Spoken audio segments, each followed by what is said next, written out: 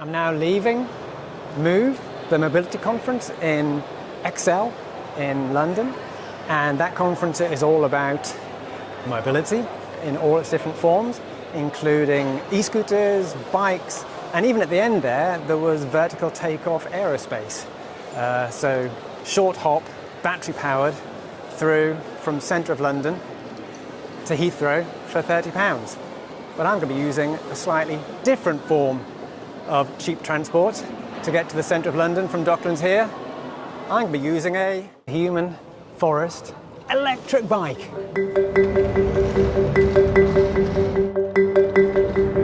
I'm heading to Euston Station to catch the midnight train to Glasgow. Tomorrow is Transport Day at COP26, and you'll not catch me flying in the UK.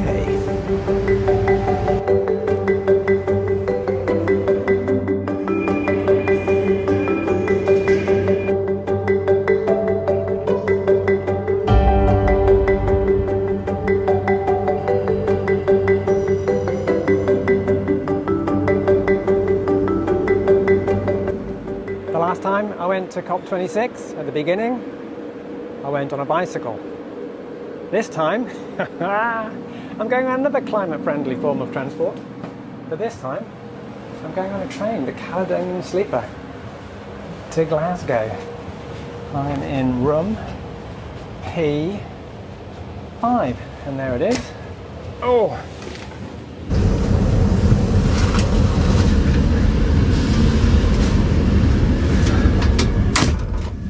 So what have we got in the room? Accommodation guide, and there's the breakfast menu, safety information of course, and then, well, sleep kit, earplugs and eye mask.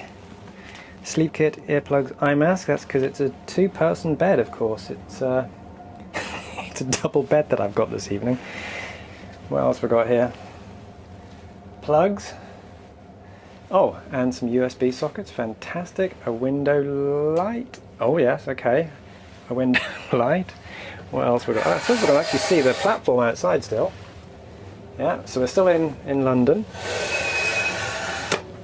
And I'm guessing here is going to be the ablutions.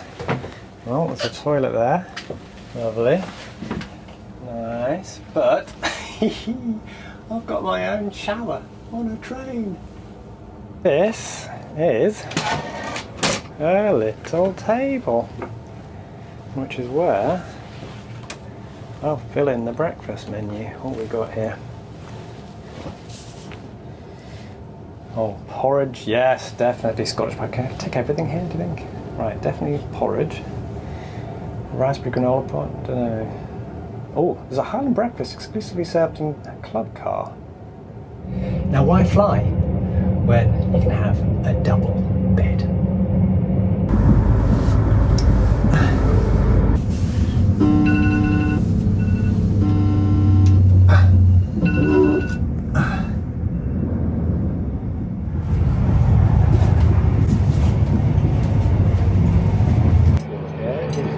Okay. Enjoy, thank you.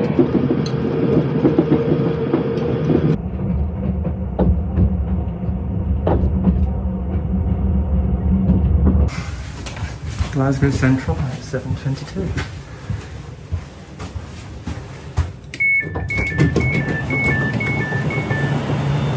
And off I get in Glasgow.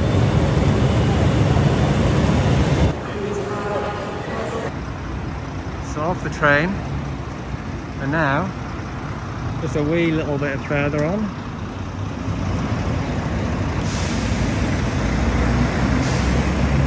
And it's possible, if that guy hasn't taken it,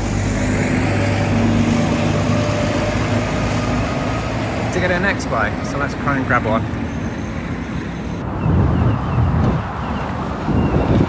So next bike now.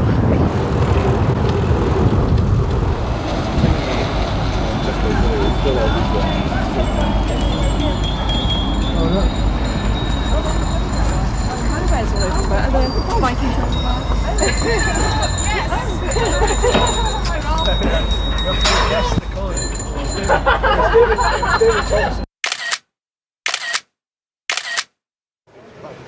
I've arrived at COP26 again.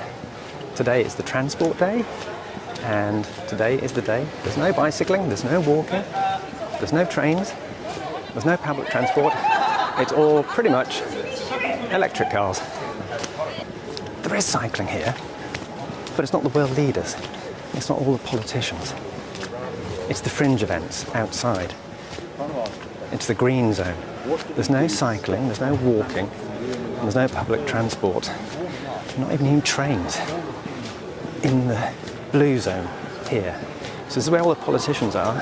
If cycling's not here, cycling isn't being discussed, and walking isn't being discussed, and trains aren't being discussed. It's just electric cars, and that's crazy.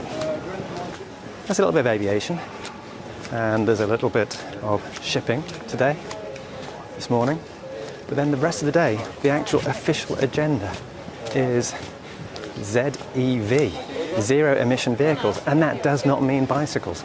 That means cars, electric cars. So there's a sign outside where the protesters were, the cycling protesters, and instead of Greta Thunberg's blah blah blah, it was car, car, car. This is the one that you can really do your shopping on, isn't it?